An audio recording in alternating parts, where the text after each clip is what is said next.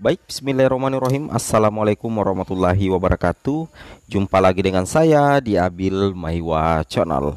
Jadi teman-teman, channel ini adalah merupakan channel pendidikan tempat kita berbagi tentang aplikasi pendidikan, Microsoft Office, serta tips dan triks komputer. Jadi pada video kali ini Bapak Ibu ya, kembali lagi admin akan mencoba mengupdate informasi terbaru seputar P3K Guru di 2023 nanti ya. Mudah-mudahan saja akan digelar di tahun ini insya Allah ya Bapak Ibu. Jadi di sini admin ingin menginformasikan informasi yang cukup penting ya untuk mengantisipasi permasalahan-permasalahan yang sudah terjadi di 2 tahun terakhir ya, terutama di tahun 2022 kemarin, yang mana banyak sekali P1, P2, P3 ya tidak bisa resum terlepas dari tidak adanya kuota yang tersedia. Tetapi ternyata banyak juga P1 yang tidak bisa resum padahal itu ada penempatannya. Nah, apa yang menjadi penyebab P1, P2, P3 tidak bisa resum padahal ada kuotanya? Nah, salah satu penyebabnya itu adalah terkait dengan data. Itu menjadi penyebab. Oleh karena itu, admin ingin menginformasikan kepada rekan-rekan guru sekalian terkait 5 syarat resum untuk P1, P2, P3 nantinya di SSCASN 2023 plus P3K Guru di tahun 2023. Sekaligus Bapak Ibu catat ya, 2 jenis linearitas wajib valid khusus P1, P2, P3 tanpa formasi. Dan Bapak Ibu harus ketahui bahwa status prioritas guru honorer P1, P2, P3 itu sudah dikunci di database Bapak Ibu ya. Dan tentunya akan menjadi prioritas nantinya di tahun ini ya, tahun 2023 pastinya. Tapi sebelum kita lanjut, bagi rekan-rekan guru yang baru pertama kali menemukan channel ini, jangan lupa tekan tombol subscribe dan aktifkan lonceng notifikasinya agar setiap hari Bapak Ibu bisa mendapatkan update informasi terbaru seputar P3K Guru. Nah, di sini kita langsung saja to the point ke informasinya terkait 5 syarat resum P1, P2, P3 di SSCASN 2023, P3K Guru 2023 dan 2 jenis linear wajib valid khusus P1, P2, P3 tanpa formasi. Oke, kita langsung saja ke informasinya. Jadi syarat yang pertama ya untuk P1, P2, P3 yang belum mendapatkan penempatan di tahun 2023 untuk bisa resum nantinya, yang pertama itu adalah jenis PTK di Dapodik wajib linier dengan ijazah S1 yang terinput di Dapodik. Saya ulangi ya. Jadi jenis PTK di Dapodik itu wajib linier dengan ijazah S1 yang terinput di Dapodik. Maksudnya adalah seperti ini. Misalkan Bapak Ibu adalah ijazahnya di Dapodik itu, ijazah S1 yang terinput di Dapodik itu adalah PGSD guru kelas, maka jenis PTK Bapak Ibu itu adalah guru kelas. Nah, atau misalkan di SD, misalkan ijazah yang terinput di Dapodik itu adalah PGSD PJOK, maka jenis PTK Bapak Ibu itu adalah guru mapel. Sekalipun Bapak Ibu tidak mengajarkan mapel tersebut, karena mungkin Bapak Ibu tidak mendapatkan jamnya, tetapi jenis PTK harus tetap relevan dengan ijazah terakhir Bapak Ibu, ijazah S1 Bapak Ibu yang terinput di Dapodik. Seperti itu ya. Itu yang pertama. Jadi intinya syarat yang pertama, jenis PTK di Dapodik wajib linier dengan ijazah S1 yang terinput di Dapodik. Seperti itu. Kemudian syarat yang kedua Bapak Ibu.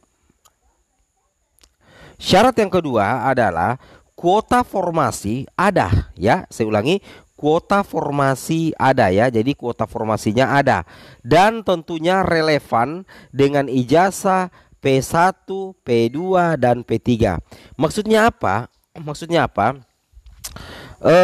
Ketika Bapak Ibu nantinya resum, tentunya nantinya yang menjadi salah satu faktor Bapak Ibu bisa mengakhiri pendaftaran apabila memang di instansi Bapak Ibu itu tersedia formasi yang relevan dengan ijazah Bapak Ibu. Nah, itu maksudnya ya. Jadi kalau misalkan formasi itu tidak linear dengan ijazah Bapak Ibu, saya jamin ya sulit untuk melakukan resum.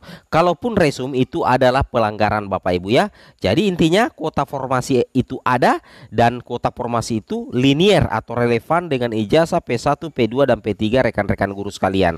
Itu menjadi syarat yang kedua untuk bisa resum ya di SSCASN 2023 ya. Jadi kuota formasi harus ada, dan linier dengan ijazah Bapak Ibu ya, seperti itu.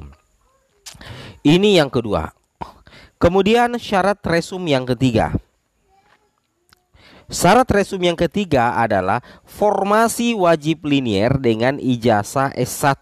Nah, jadi ingat ya, formasi wajib linier dengan ijazah S1. Misalkan Bapak Ibu V1 tanpa formasi guru kelas SD. Jadi ijazah Bapak Ibu itu S1 PGSD, S1 Bahasa Indonesia. Nah, itu kan linier dengan guru SD. Tetapi intinya untuk poin ketiga ini kita tunggu dulu ya Bapak Ibu.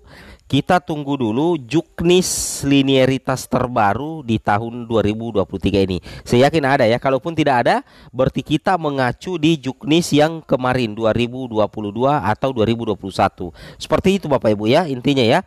Jadi formasi yang ada wajib linear dengan ijazah S1 rekan-rekan guru sekalian. Itu yang perlu Bapak Ibu pahami dan Bapak Ibu cermati.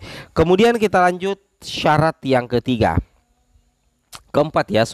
Syarat yang keempat ya adalah verbal ijazah selesai dan ijazah terdaftar di PD Dikti. Ini yang paling penting juga Bapak Ibu ya di poin keempat. Jadi pengalaman di tahun-tahun kemarin banyak yang kesulitan ya, harus menyelesaikan dulu verbalnya untuk bisa lanjut di pendaftaran.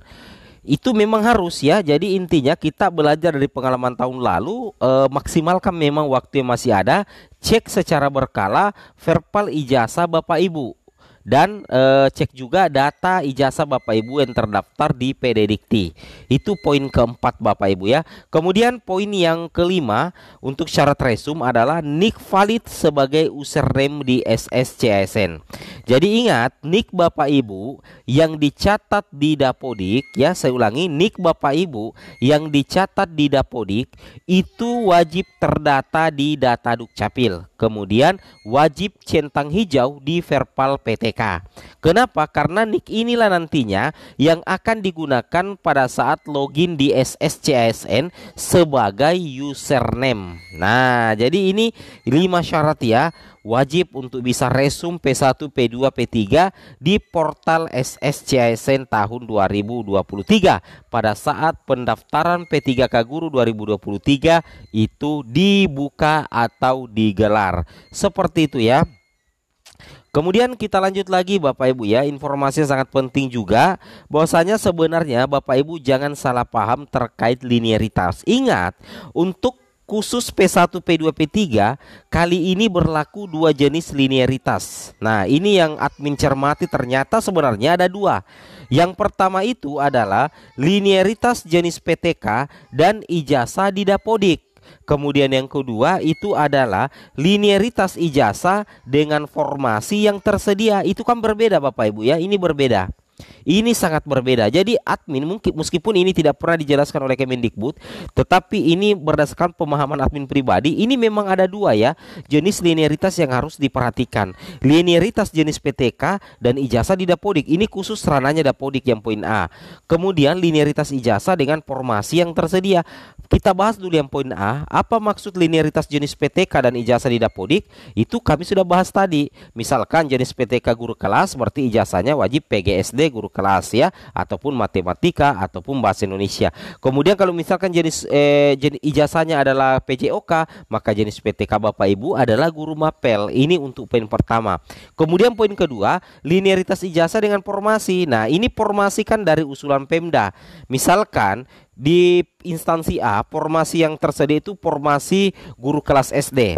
Sedangkan ijazah Bapak Ibu itu adalah S1 hukum. S1 PGSD PJOK, berarti tidak linear. Tapi kalau ijazah Bapak Ibu adalah PGSD guru kelas bahasa Indonesia, maka itu linear.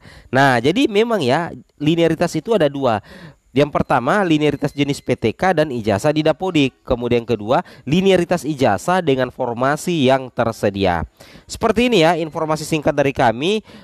Lebih dan kurangnya mohon dimaafkan. Wabillahi taufik wal hidayah. Wassalamualaikum warahmatullahi wabarakatuh.